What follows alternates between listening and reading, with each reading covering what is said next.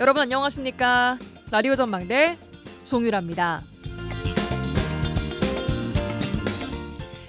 사상 처음으로 민관이 함께 한국형 발사체 누리호를 발사하게 될 날이 사흘 앞으로 다가왔습니다.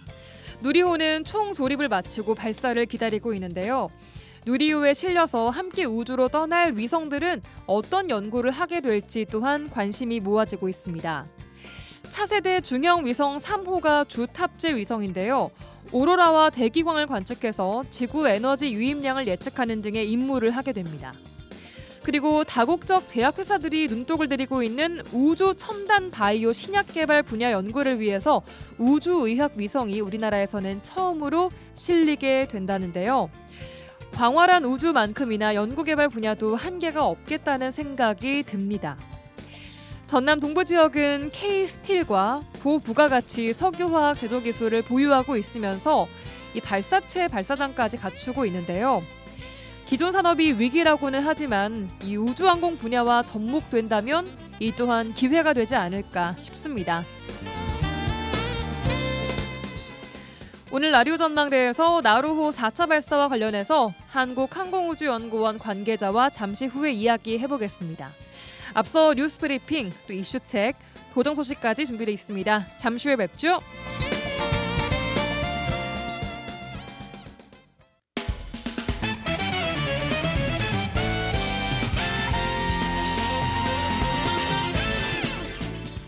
라디오 전망대 11월 24일 월요일 순서 출발합니다. 지역 뉴스부터 정리해보죠.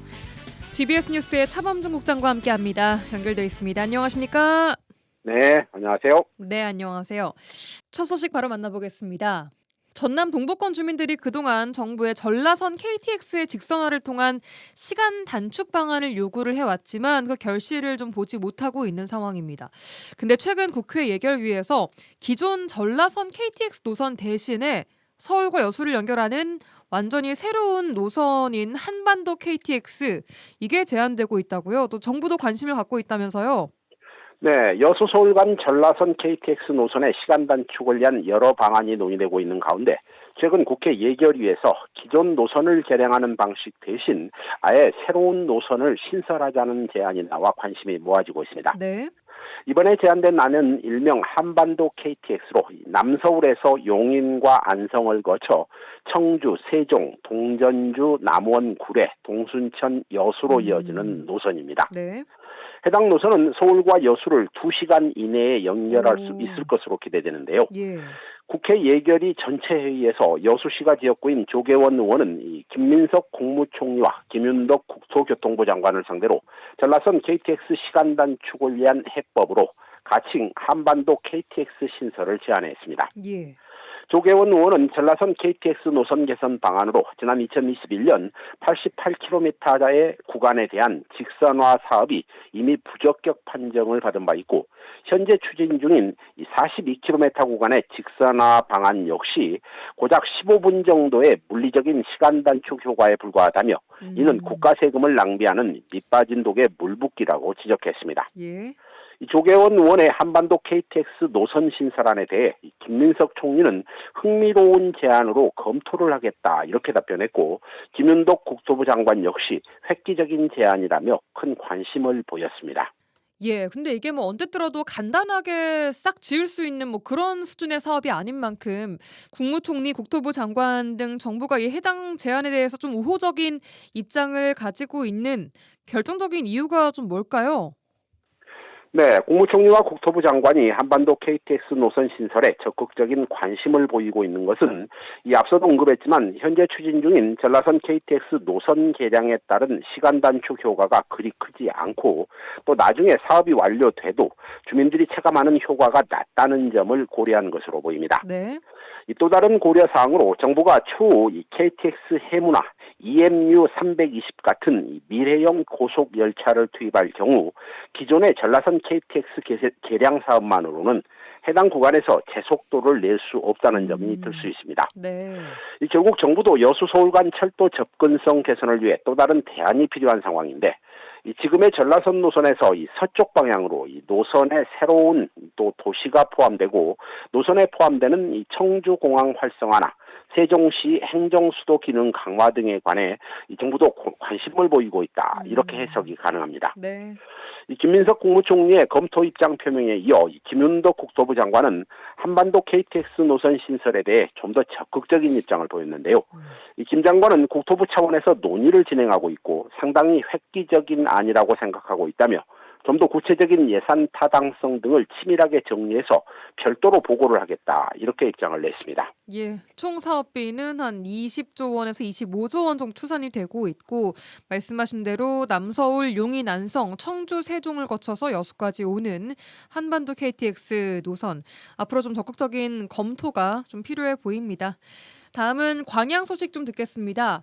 한전이 광양 변전소와 세풍 변전소를 기점으로 하는 송전선로 건설을 위해서 사업 설명회를 개최했는데 지역 주민들의 반발로 이 추진 과정에 갈등이 예고되고 있다고요? 네, 한국전력공사의 광양 송전선로 건설 사업 설명회가 지역 주민들의 반발로 무산됐습니다. 예. 한전은 지난 21일 광양 읍사무소에서 이 지역의 마을 이장 80여 명을 대상으로 순천에서 세풍, 세풍에서 광양, 강진에서 광양, 광양에서 신장수 등 4개 구간 송전선로 사업에 대한 설명회를 진행했습니다. 예. 이 주민들은 한전이 실질적인 협의나 자료 제공 없이 형식적인 설명회만 되풀이하고 있다며 추가 설명회와 구체적 자료 제공이 없는 한 설명회는 의미가 없다며 반발하고 있습니다. 네. 이 지역 주민들은 광양이 이미 충분한 전력 자립도를 갖추고 있음에도 이 외부 성전의 목적을 둔 송전선로가 추가로 계획된 점, 그리고 노선 선정 기준과 사업 추진 절차가 불분명하다며 반발하고 있습니다. 예. 지역 주민들의 반발과 함께 지역 환경단체도 사회적 합의를 통한 사업 추진을 한전에 좀 경고하고 있다고요?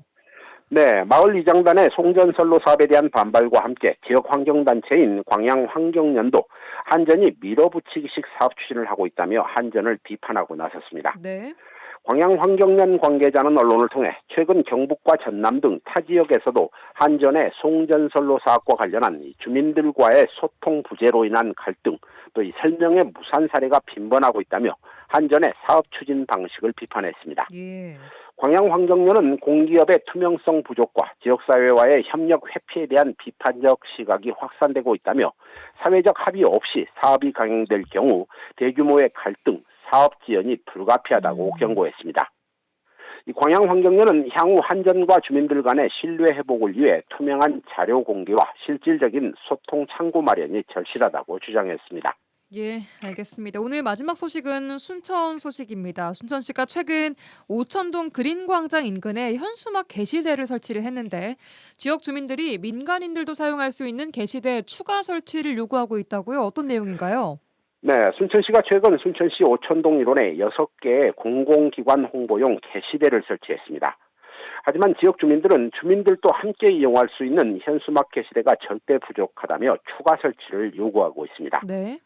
주민들은 이번에 설치된 순천시의 공공 게시대는 순천시가 주최하고 주관하는 축제나 정책 홍보물만 게시할 수 있어서 일반 시민들이나 또 단체의 홍보물 게시 공간은 절대 부족하다며 순천시가 주민들의 편의를 외면하고 있다는 입장입니다. 네, 주민들 입장에서는 행정기관만 사용하는 전용 현수막 게시대 이게 좀 불만스러울 수도 있겠어요.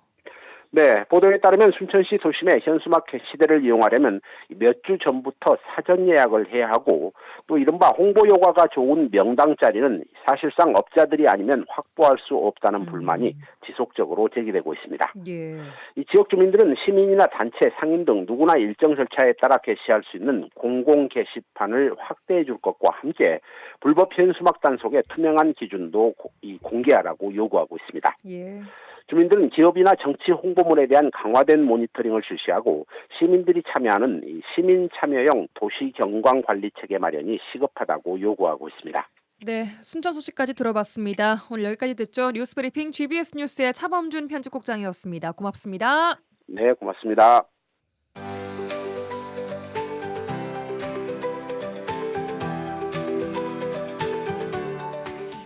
네, 오늘의 인터뷰 시간입니다. 오는 27일, 그러니까 이번 주 목요일 새벽 1시경에 한국형 발사체 누리호 4호기가 우주를 향해서 날아오릅니다.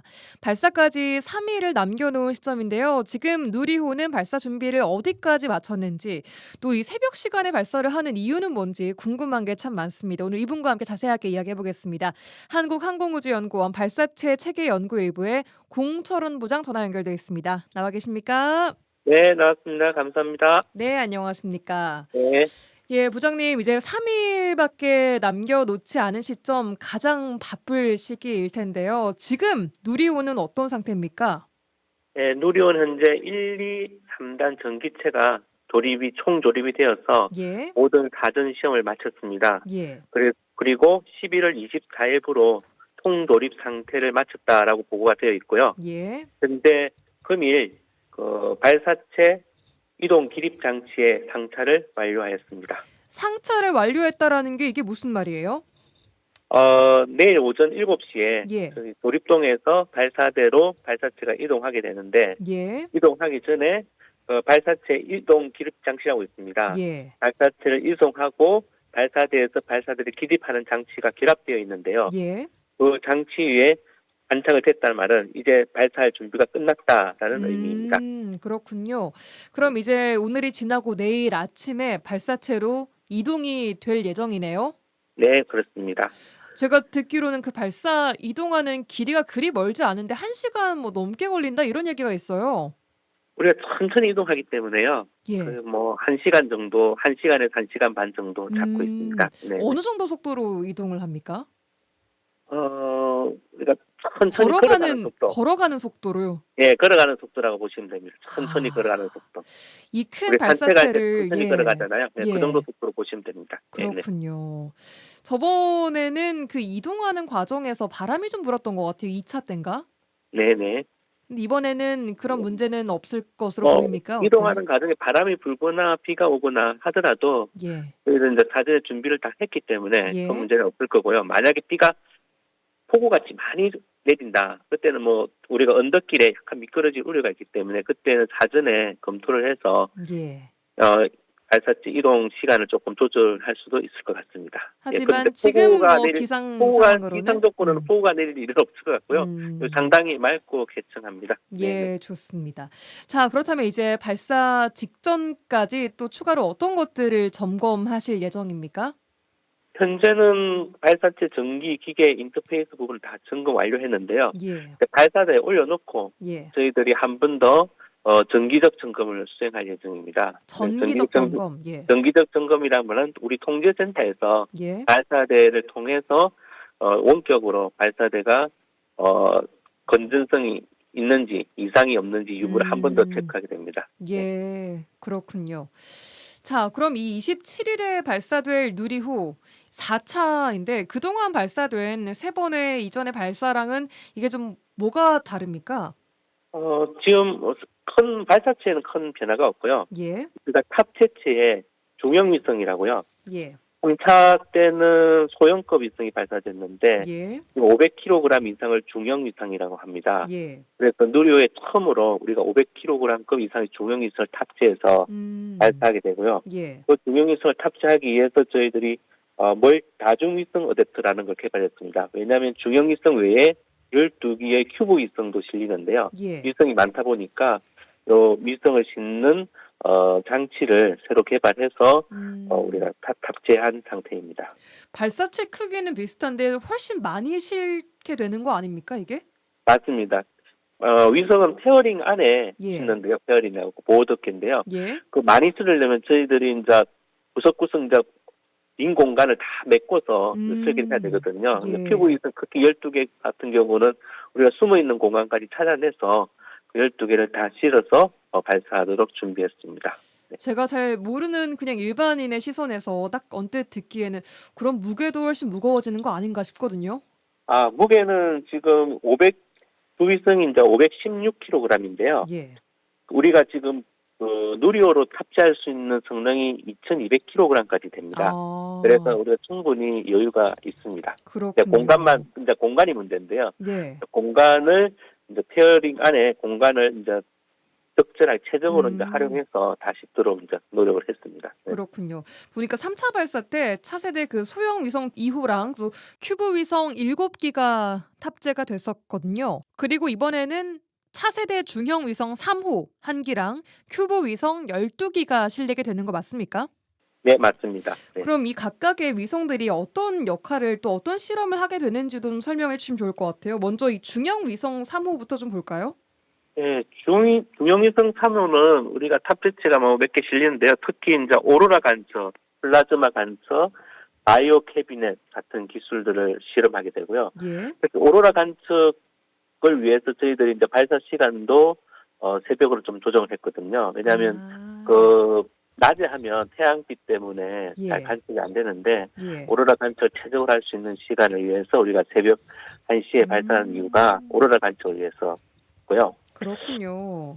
큐브 위성 같은 경우에는 뭐 조금 작지만 조금 예. 도전적으로 해볼 수 있잖아요. 우리가 뭐 실패를 감내하고 예. 큐브 위성들은 도전적인 기술을 실험하는데 국산 소자 부품 검정, 단백질 결정 성장 또는 이제 큐브 위성을 우주에서 2개를 붙여서 분리했다가 예. 다시 붙이는 랑데브 도킹 이런 큐브 위성도 있어요. 이렇게 좀 도전적인 기술들을 우주에서 실험할 예정입니다. 그렇군요. 네. 어쨌든 그 큐브 위성 12기가 각각의 그 명확한 그 실험 목표가 있다, 역할이 다 맞습니다. 있다라는 거죠? 큐브 위성은 우리가 한 학연이라고요. 예.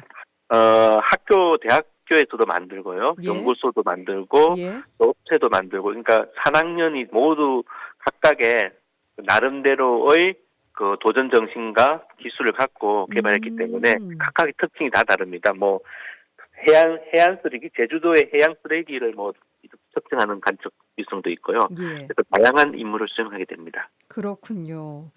자, 좋습니다. 방금 잠깐 말씀해 주신 발사 시각.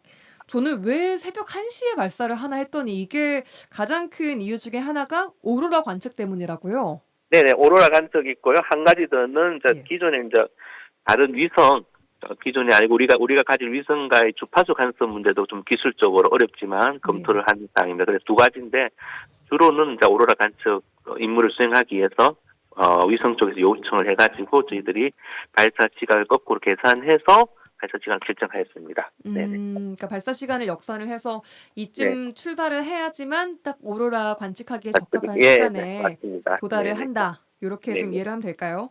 예, 맞습니다. 정확한 시간은 나왔습니까? 새벽 1시 뭐 전후 이렇게 나왔던데.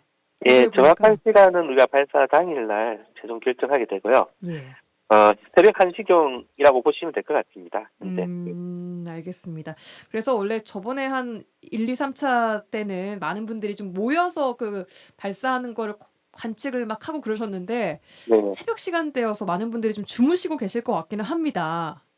예. TV로 아마 보면 나올 것 같아서 TV 예, 아마 TV 중계는 해 드릴 것 같고요. 저희가 좋습니다. 자, 이번 그럼 발사에 날씨나 다른 이변 어떤 것들을 좀 우려하고 계십니까?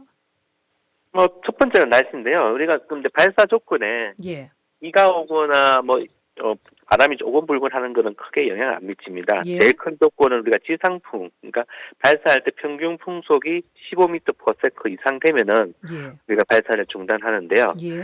이런 아니면 좀 낙뢰가 생기거나 예. 구름이 아주 많이 껴서 무슨 낙뢰 현상이 발생한 일이 없으면은 우리는 발사를 계속할 거고요. 예. 비가 오거나 이런 거는 발사체에는 전혀 영향이 없습니다. 단지 비가 올 때 우리가 예. 고공에서 이제 발사 준비 작업하시는 분들이 있는데요. 예. 고층에서 작업할 때 안전을 우려해서 저희가 한번 그 부분은 따로 검토를 해서 수행할 예정이고요. 현재는 날씨가 맑아서 예. 큰 일은 없을 것 같습니다. 알겠습니다. 자, 그렇다면 이번 누리호 4차 발사 어떻게까지 됐을 때 성공이라고 할 수 있겠습니까? 성공 기준 궁금합니다. 좀 명확합니다.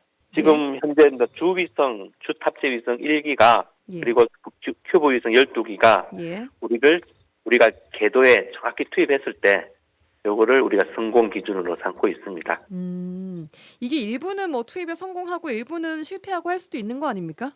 네, 그렇습니다. 일부 큐브 위성 같은 경우는 외국 발사체에서도 사실 이제 몇 개를 방출하더라도 몇 개는 신호가 못 받고 이렇게 하는데요. 어쨌든 예. 저희는 발사체에서는 위성들을 제대로 차출하거나 방출해야 되는데 예. 우리가 3차 때는 큐브 위성 한 개를 잃어버렸습니다. 근데 이제 그 사진을 못 찍어가지고 발사체에서 나갔는지 방출됐는지 신호를 잃어버렸는지 명확하게 밝혀지진 않았는데요. 예. 이번에는 카메라 2기를 탑재를 했습니다. 추가로 2개를 탑재한 이유는 주위성체와 큐브 위성 12개가 모두 분리되는 것을 우주에서 영상으로 지구에서 받게 됩니다. 그래서 카메라 세대가 이 영상을 모두 받아가지고 발사체에서 위성을 어쨌든 우주의 궤도에 투입했는지를 명확하게 할 예정입니다. 그렇군요. 자, 이번 누리호 4차 발사 이 한화 에어로스페이스가 발사체 제작을 주관하고 또 항우연이 발사 운용을 수행하는 것으로 알려져 있습니다만 이 지금 우주항공 분야에서 우리나라의 민관의 협업 어느 정도 수준까지 와 있습니까? 네, 민간 협업이라고 하면은 우리 위성 쪽은 굉장히 협업이 많이 진도가 나갔고요. 이제 발사체는 이제 시작인데요. 예. 발사체의 경우에 특히 이제 이번 말씀하셨듯이 우리가 항우연이 그 발사체 제작, 조립, 품질 검사를 주관하던 것을 민간 기업에서 주관을 하였습니다. 그래서 주관하여서 발사체를 조립해서 완성하였고요. 이걸 저희가 인수를 해가지고 발사 운영을 하게 되는데 이 발사 운영도 이제 저희들이 이번에는 주관하지만은 이번에도 이제 하나 에어로스페이스 이제 연구원들이 옆에서 같이 운영을 하게 됩니다. 그래서 차츰 이제 우리가 발사를 지금 4차, 5차, 6차 넘어가면서 그분들이 이제 주관을 좀 더 맡아가지고 최종적으로는 주관 운영까지 하도록 하는 게 저희들 이번 사업의 목적이 되겠습니다. 그렇군요. 그럼 이제 발사 이후에 이게 잘 성공했는지 궤도에 안착했는지까지 보는 것도 하나 에어로스페이스와 같이 쭉 지켜보시는 건가요? 이제 궤도에 보는 거는 우리가 이제 각각의 위성들이 있습니다. 각각 위성들이 그 본인들의 지상국에서 오는 신호를 받아서 우리 항우연에 우주청에 보고를 하게 되어 있습니다. 그런 방식이군요. 예, 그렇습니다. 알겠습니다. 그럼 항우연 측에서는 이 발사체가 잘 발사가 됐는지까지만 일단은 지켜보시는 거예요? 네, 그렇습니다. 현재 발사체 잘 지켜보고요. 당연히 이제 위성 수신 신호도 저희들이 초기 신호는 같이 받아가지고 위성 쪽에서 받아가지고 정보를 공유하고 있습니다. 그렇군요. 알겠습니다. 아까 말씀 중에 4차, 5차, 6차 이렇게 얘기하셨는데 앞으로 몇 차까지 발사 계획이 좀 나와 있습니까? 현재 우리가 한국 고도화 사업이라고 그러는데요. 이거 4차, 5차, 6차까지 현재 계획이 되어 있습니다. 6차까지. 실을 위성도 다 계획이 되어 있고요. 그리고 이제 7차, 8차, 9차 이렇게 쭉 나가야 우리가 발사체 산업 생태계를 좀 유지를 할 수 있거든요.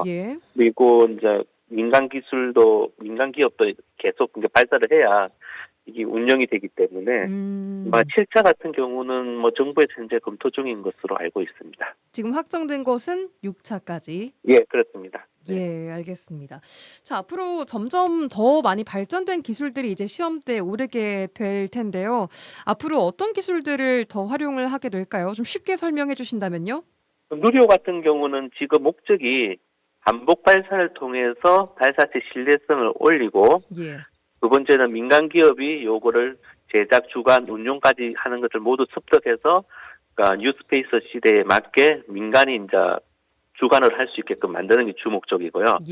발사체를 이제 여기를 개선하는 부분은 우리가 주관을 맡고 나서 이제 조금 더 7, 8차 되든 그때 조금 개선할 수 있는데 좀 달라지는 부분은 아무래도 위성 탑재 기술이라고 할 수 있겠습니다.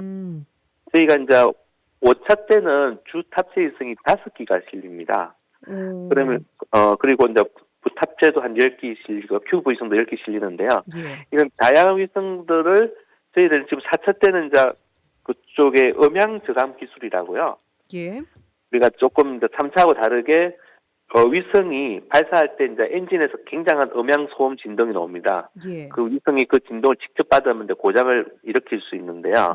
요거를 좀 저감시켜주는 면 위성에 도움이 되거든요. 그래서 우리가 4차 때는 추가적으로 특별한 음향 저감 장치라는 걸 우리 페어링 쪽에 부착을 했습니다. 그래서 음향 저감이 될 거고 이것을 실제로 이제 발사할 때 이제 데이터를 받아봐야 어느 정도 저감되는지 알 수 있거든요. 음. 그 데이터를 받아서 또 이제 백업해서 그러니까 5차 때 이제 반영할 거고요. 그러면 네. 이제 위성체의 경우에 음향 저감 기술, 그다음에 다중위성을 탑재하는 기술, 이러한 기술들을 좀 더 진보적으로 우리가 개발해가지고 5, 6차 적용할 예정입니다. 그렇군요.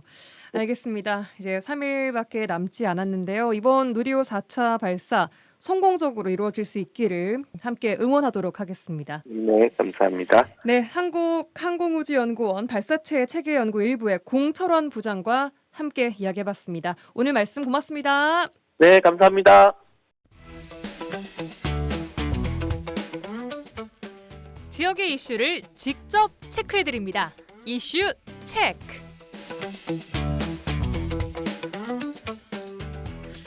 네, 오늘도 이슈 체커 이미지 리포터와 함께하겠습니다. 어서 오세요. 네, 안녕하십니까? 네, 안녕하세요. 자, 오늘은 어떤 이슈 체크해 오셨습니까? 네, 오늘의 이슈 체크. 줄어든 헌혈로 인한 혈액 수급 위기 체크해봤습니다. 네, 혈액 수급 위기.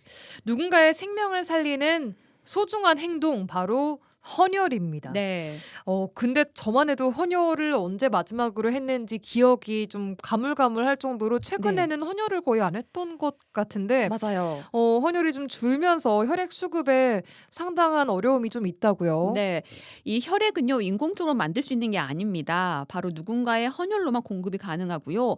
또 혈액은 장기간 보관이 어렵기 때문에 매일 5일분 이상 보유가 안전합니다. 예. 그런데 전국적으로 이 헌혈이 줄어들면서요 보유할 수 있는 혈액의 양이 부족한 상황입니다. 예.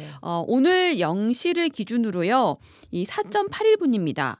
그러니까 남아 있는 혈액 보유량이요. 네, 맞습니다. 지난주는 금요일에 3.71분이었거든요. 좀 오르긴 했습니다. 하지만 아직도 관심 단계이긴 합니다. 예, 근데 또 지역이 조금 더 상황이 심각하다고요. 네, 맞습니다. 이 광주 전남 지역의 혈액 보유량 역시 크게 오르지 않으면서 혈액 수급에 비상이 걸렸습니다. 예. 현재 광주 전남 혈액 보유량은 오늘 0시를 기준으로 5.11분입니다. 실시간 재고라서 시간만 좀 달라지긴 하는데요. 혈액 검사 끝나지 않은 혈액까지 포함하고 있어서 좀 수치가 오른 겁니다. 네, 일단 수치상으로 봤을 때 오늘 0시 기준으로 봤을 때는 광주 전남이 5.1일, 전국이 4.81분 남아 있지만 이게 실시간 재고이기 때문에 네. 혈액 검사를 한 후에 또 헌혈이 불가능한 혈액들은 포함이 맞아요. 안 돼 버리기 때문에 네. 조금 줄어들 수 있다라는 거죠. 네, 맞습니다. 이게 들어보니까 혈액형마다 보유량이 좀 차이가 있더라고요. 네. 제가 알기로는 우리나라 인구 중에 가장 많은 혈액형이 A형으로 알고 있는데 네. 이 A형 보유량은 좀 어떻습니까? 현재 전남 광주 지역의 경우요. O형은 4.11분, 예. A형은 3.21분, B형은 8.31분, AB형은 5.91분 소유하고 있습니다. 예. 이 혈액형별 편차는요. 이 혈액원의 보유분과 또 병원 보유분의 비율이 달라져서요. 항상 차이가 있을 수 있습니다. 매일 예. 똑같진 않아요. 예. 하지만 A형과 O형의 혈액 보유량이 현저히 적은 것은 사실입니다. 네, 저도 혈액형이 A형이긴 한데 저는 O형입니다. 저희가 좀 이 많은 혈액형이에요, 네, 사실. 맞아요. 네.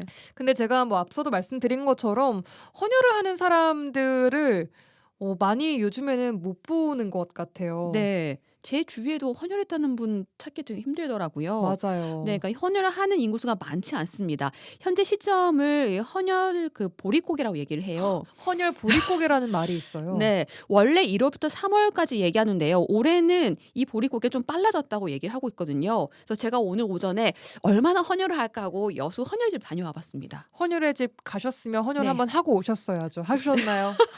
저는 취재차 헌혈을 하려고 그 반팔까지 입고 갔어요. 네. 근데 건강상의 이유로 헌혈할 수가 없었거든요. 아, 그러니까 헌혈 경우에도요. 누군가에게 건강한 혈액을 전달해야 하는 것 때문에 헌혈자의 건강이나 또 혈액 상태가 일반 기준보다 좀 높다고 해요. 네, 그래서 그런 것들 때문에 뭐 혈압이나 또 당일의 그 몸 상태에 따라서 헌혈하지 못한 경우도 많기 때문에 저도 오늘 도전했지만 실패했습니다. 네, 마음 많은 헌혈을 하고 오신 네, 걸로. 네. 실제로 헌혈을 좀 하고 계시는 분들이 많던가요? 어떻던가요? 분위기가? 제가 점심시간 조금 전에 도착을 했어요. 이제 사람들이 많진 않았습니다. 네. 이 현재 여수 헌혈의 집에는 8대의 체열 침대가 있는데요. 제가 갔을 때는 한 사람은 체열 중이었고 한 사람은 체열을 마치고 안정을 취하고 있는 상황이었어요. 예. 그러니까 딱 2명 있었던 거죠. 예, 8대 중에. 네. 예전 같으면요. 체열 침대 평균적으로 한 3-4명은 있었는데 지금은 많이 줄었다고 얘기를 했습니다. 그렇군요. 네, 또 체열을 하고 있는 헌혈자들도요. 대부분 처음이 아니라 자주 헌혈을 했던 다수 경험자들이었어요. 그러니까 처음 했던 분들은 거의 없던 거죠. 그래서 이 헌혈을 올 때마다 헌혈자의 수가 되게 줄어든다라고 느낀다고 얘기를 하고 있어요. 그렇군요. 네, 또 자신의 헌혈로 누군가를 도울 수 있는 보람을 느끼는 만큼 많은 사람들이 이 헌혈에 동참했으면 좋겠다는 바람이었습니다. 저는 한 달에 한 2번 정도 하는 것 같아요. 저도 평소에는 잘 안 했어가지고 뭔가 그거에 대한 심각성이나 이런 게 뭐 뉴스에서 안 보이니까 뭐 사실 별 생각 없었던 것 같아도 딱히 막 그런 헌혈에 대한 거는 심각하게 생각하진 않는 것 같아요. 보면 거의 텅 비어 있는 것 같아요. 이제 시간 될 때는 학생 때 좀 하려고 했는데 이제 요즘 멀어가지고 자주는 못 오는 것 같아요. 요즘은 한 6개월에 한 번 하는 것 같아요. 조금 많이 준 것 같아요. 애초에 한 번도 안 한 사람은 아예 할 엄두도 잘 안 내기도 하고 그런 거. 그런 거 들으면 안타깝죠. 그래서 조금 더 시간이나 타이밍 맞으면 웬만하면 오려고 요즘 더 노력하려고 하고 있어요. 확실히 필요한 것 같아요. 다들 필요성을 잘 못 느끼니까 장려할 필요가 있는 것 같아요. 네, 오늘 여수 헌혈의 집에서 헌혈을 하고 계셨던 감사한 분들 인터뷰 좀 들어봤습니다. 네. 그러니까 말씀 주신 게 헌혈을 처음 하기 위해서 내 발로 헌혈의 집을 찾는 사람은 적다라는 거죠. 많지 않다는 거죠. 그러니까 주기적으로 헌혈을 꾸준히 해 오셨던 분들이 계속적으로 헌혈을 하는 경우들은 많은데 네. 이 첫 발을 딛는 게 좀 어려운가 많이 봐요. 어렵죠. 저도 오늘 굉장히 오랜만에 갔거든요. 네. 좀 떨리더라고요. 맞아요. 네. 이게 사실은 우리가 헌혈이 좋은 거고 필요한 것은 알지만 또 피를 뽑고 하는 게 네. 쉬운 일만은 또 아닙니다. 그리고 코로나 때는 굉장히 좀 헌혈에 대해서 어쨌든 그 뭐 피를 뽑고 하는 이런 그렇죠. 행위들이 위생적으로도 맞아요. 걱정을 많이 하셔서 그때 혈액량이 또 확 줄기도 했잖아요. 네, 맞아요. 코로나 시기에 보유량이 3일 아래로 떨어졌는데 다시 올라갔습니다. 근데 다시 지금 내려가고 있는 건데요. 최근 독감이 유행하고요. 개인 헌혈자의 헌혈이 줄어들고 또 헌혈 참여도가 높은 10대 인구가 감소하는 것도 원인으로 꼽히고 있습니다. 헌혈 참여도가 높은 인구가 주로 10대인가 봐요. 네, 맞습니다. 특히 전남의 경우에는 지금 고령자잖아요. 네. 그렇기 때문에 더 10대 이 비중이 큰데요. 또 다른 지역에 비해 전남이 군부대가 많지 않아요. 네. 군부대가 보통 헌혈을 가장 많이 하죠. 그런가요? 그렇죠. 군부대도 큰 대학, 그 다음에 큰 대규모 그 회사들이 있는 공단이 있을 때 가장 이 헌혈 가장 많이 되는 경우인데 그러니까 단체로 가서 헌혈을 하는 그렇죠. 경우들이라는 거죠. 네, 그러니까 지금처럼 개인적으로 와서 하는 헌혈보다는요 단체로 버스가 가서 찾아가는 헌혈의 집처럼. 그렇죠. 그 버스가 가장 많은 헌혈 비중이 차지하는데 이게 많이 줄어있던 거죠. 그래요. 네. 특히 또 전남 이 광주 연령별 헌혈자 중에 10대, 20대가 가장 많이 차지하는데 그 비중이요 58%가 넘는다고 해요.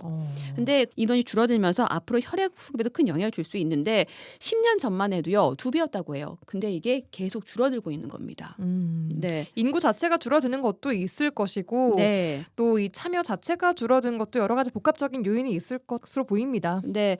혜택의 변화가 생기면서 이 헌혈이 줄기도 하는데요. 혜택의 변화가 뭐예요? 작년까지만 해도요. 이 헌혈하고 나면 봉사활동 시간이 주어졌어요. 저희 때도 그랬거든요. 저도 생각을 해보면 헌혈했을 때 봉사활동 시간 줬던 것 같고 네. 그리고 초코 과자는 무조건 줬던 것 같고요. 그렇죠. 네. 그리고 또 영화 관람권 같은 것들을 줘서 네. 돈이 없던 학생 때는 헌혈의 집 가서 다 같이 이렇게 맞아요. 헌혈을 하고 나서 그거 받아서 네. 과자 하나 먹고 영화 보고 또 봉사활동 시간도 주고 이랬던 걸로 기억이 나는데 저는 첫 그 헌혈했을 때 차가 학교로 와서 헌혈했었어요. 고등학생 때 네, 맞아요. 네. 근데 그때 생일자만 할 수 있고 생일 안 된 친구는 할 수가 없었어요. 아, 저는 네. 했는데 제주가 못한 친구가 있었어요. 네. 근데 그때 저희가 초코 과자 6개 들어있는 그 상자를 줬었거든요. 네. 그 친구 못 먹잖아요. 그래서 저 놀린 적이 있어요. 그래요. 그때만 해도 막 네. 그런 게 너무나도 네, 좀 추억처럼 기억이 남아 있는데 맞아요. 요즘 학생들은 그런 혜택을 못 받나요? 네, 맞아요. 봉사활동 시간이 주어지지도 않고요. 저희가 그렇게 많이 활용했던 영화 관람권도 이제는 중단이 됐습니다. 올해부터 이 영화 관람권을 주지 않고 있어요. 그렇군요. 네. 그럼과 동시에 또 의료 현장에서는 혈액이 점점 더 많이 필요한 이유가 또 전공의 집단 사직으로 미뤄졌던 수술들이 정상화되면서 혈액 수요가 좀 늘고 있다고요. 그만큼 절실한 상황은 맞는 것 같습니다. 그래서 광주 전남 혈액원에서는요, 다양한 방안들로 헌혈에 동참할 수 있게 독려하고 있습니다. 네. 현재 여수와 순천 헌혈의 집에서는요, 기존에 남아있던 영화 교환권을 또 이용을 해서 혜택을 주고 있는데요. 전국에서는 할 수 없지만 이 지점 여수 순천에서만 이벤트성으로 제공하고 있습니다. 영화 관람권 교환권을요. 네. 예. 또 고등학생들의 헌혈 동참을 위한 홍보를 노력하고 있는데요. 대한적십자 광주 전남 혈액원 홍보과 임광 과장 인터뷰입니다. 지금 이제 10월 초에 이제 추석 이후에 이제 학생들의 중간고사 그리고 수능 관련해서 면학 분위기 조성 때문에 고등학교에서 좀 헌혈이 잠깐 좀 중단되었다가 지금 수능 이후로는 고등학교 헌혈이 지금 지속되고 있고 여수 순천 지역에도 계속 헌혈을 꾸준히 이루어지고 있습니다. 저출산으로 이제 헌혈 인구가 줄어들긴 하지만 생애 첫 헌혈이 중요합니다. 그래서 특히 고등학교 1학년들이 생일이 지나면 만 16세 되면 헌혈이 가능한데요. 그래서 저희가 생애 첫 헌혈자 모집을 위해서 생애 첫 헌혈자 대상으로 네임택을 이제 증정하는 이벤트도 하고 있고요. 그다음에 여수시에서는 여수 사랑 상품권을 조례에 의해서 지금 지급을 하고 있습니다. 네. 대한적십자사 광주 전남 혈액원 홍보과 임광 과장 인터뷰 듣고 오셨는데요. 말씀하신 것처럼 여수 지역에서는 생애 첫 헌혈자에게 여수사랑 상품권 10,000원권 지급하고 있다라는 점 네. 다시 한번 정리를 해드립니다. 네. 그래서 한 번도 헌혈해 보시지 않으신 분들 이번 기회에 좀 용기 내셔서 네. 동참하시면 참 좋을 것 같아요. 필요한 시기이기도 하고 누군가의 생명을 살리는 정말 필요한 행동이니까요. 네, 이 헌혈 비수기인 겨울철을 앞두고요. 이 지역의 안정적인 혈액 수급을 위한 헌혈 참여 관심이 절실해 보입니다. 네, 오늘 이미지 리포터와 함께했습니다. 고맙습니다. 네, 감사합니다.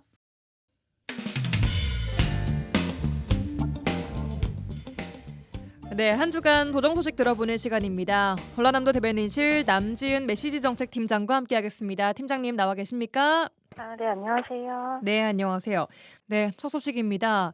어려움을 겪고 있는 광양시가 정부로부터 산업위기 선제 대응 지역으로 지정이 됐습니다. 이에 대해서 전남도 또한 환영문을 냈더라고요.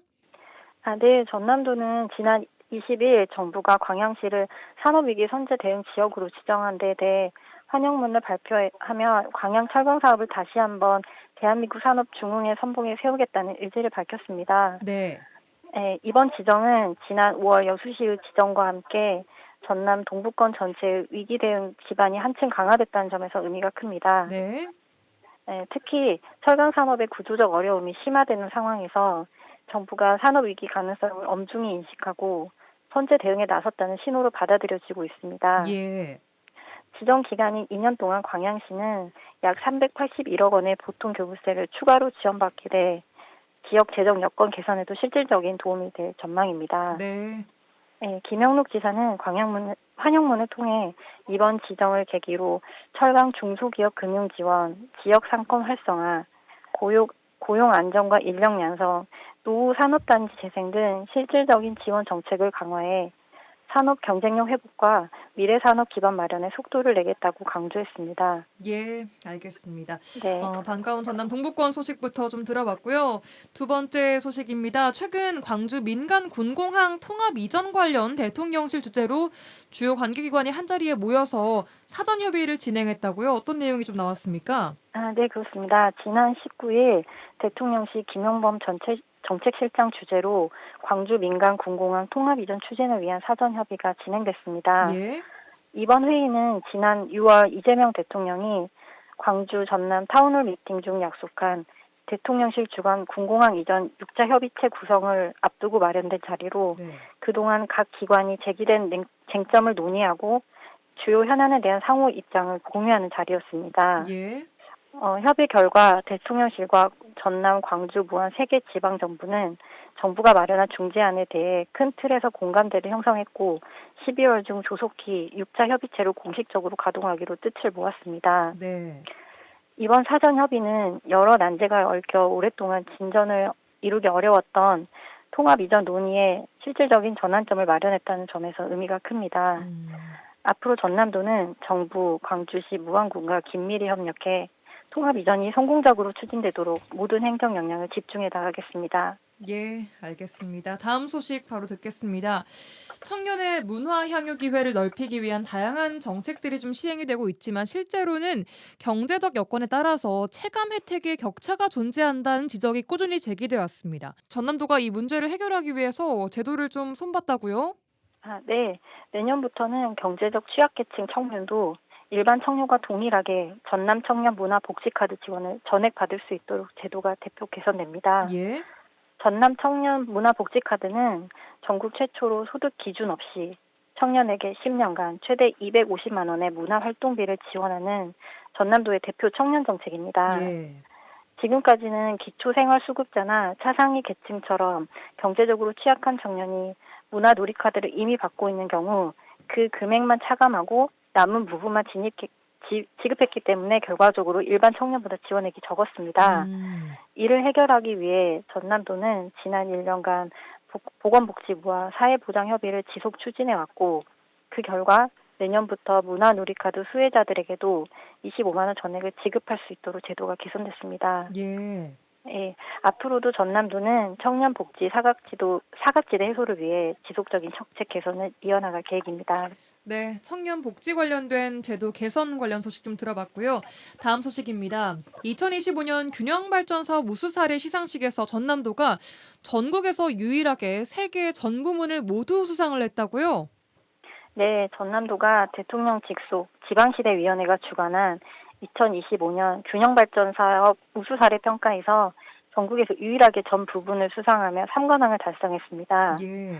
먼저 시도평가 부분에서는 공정한 자체평가 체계 구축과 성과 예산 관리의 우수성이 인정돼 17개 시도 중 최우수 지자체로 선정됐습니다. 예. 지역 자율개정 부분에서는 노후상수도 정비 사업을 통해 단수 위험을 해소한 점, 그리고 곡성 한평 농산어촌 개발 사업의 정주 여건 개선 성과가 인정받아 우수 사례로 선정됐습니다. 네.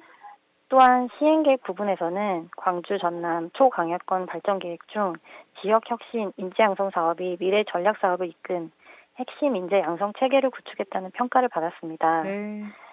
이번 3개 부분 석권은 전남도가 추진해온 균형 발전 정책이 실질적인 변화를 이끌어내고 있다는 명확한 성과입니다. 전남도는 앞으로도 5극 3특 초강역 협력 체계 강화, 지역 특성 기반의 전략 사업 추진, 주민이 체감하는 성과 확산을 통해 국가 균형 발전을 선도하는 전남으로 도약할 수 있도록 최선을 다하겠습니다. 네, 여기까지 듣겠습니다. 전남도 대변인실 남지은 메시지 정책팀장과 함께했습니다. 오늘 말씀 고맙습니다. 감사합니다.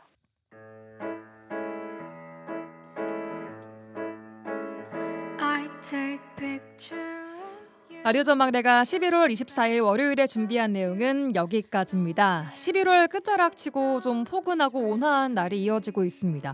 오늘 한낮 기온 여수가 18도, 순천이 19도까지 오르면서 평년 기온을 좀 웃돌았는데요. 기온은 내일 다시 내려갑니다. 내일 아침 기온 여수가 11도, 순천 7도, 광양 9도로 출발해서 한낮 기온은 순천이 12도, 여수 13도, 고흥 14도 보이면서 평년 기온 되찾겠는데요. 내일부터는 다시 좀 흐려지겠습니다. 전남 동부 지역 구름 많고 한때 비가 오는 곳도 있겠습니다. 비의 양은 5에서 최고 10mm 예상되는데요. 누리호가 이동하는 고흥 지역은 다행히 맑겠습니다. 자, 이번 주 내내 맑았다 흐렸다를 반복할 텐데요. 모레인 수요일엔 맑아졌다가 목요일에 다시 비가 오는 곳이 있겠고요. 기온은 점점 내림세를 보이면서 수요일 아침 기온은 4도, 목요일엔 3도까지 뚝 떨어지겠습니다. 자, 오늘 저는 이만 물러가고 내일 돌아오겠습니다. 고성 이선화, 연출 송유라였고요. 마지막 곡으로 백예린의 노벰버송 들려드리겠습니다. 내일 뵙겠습니다.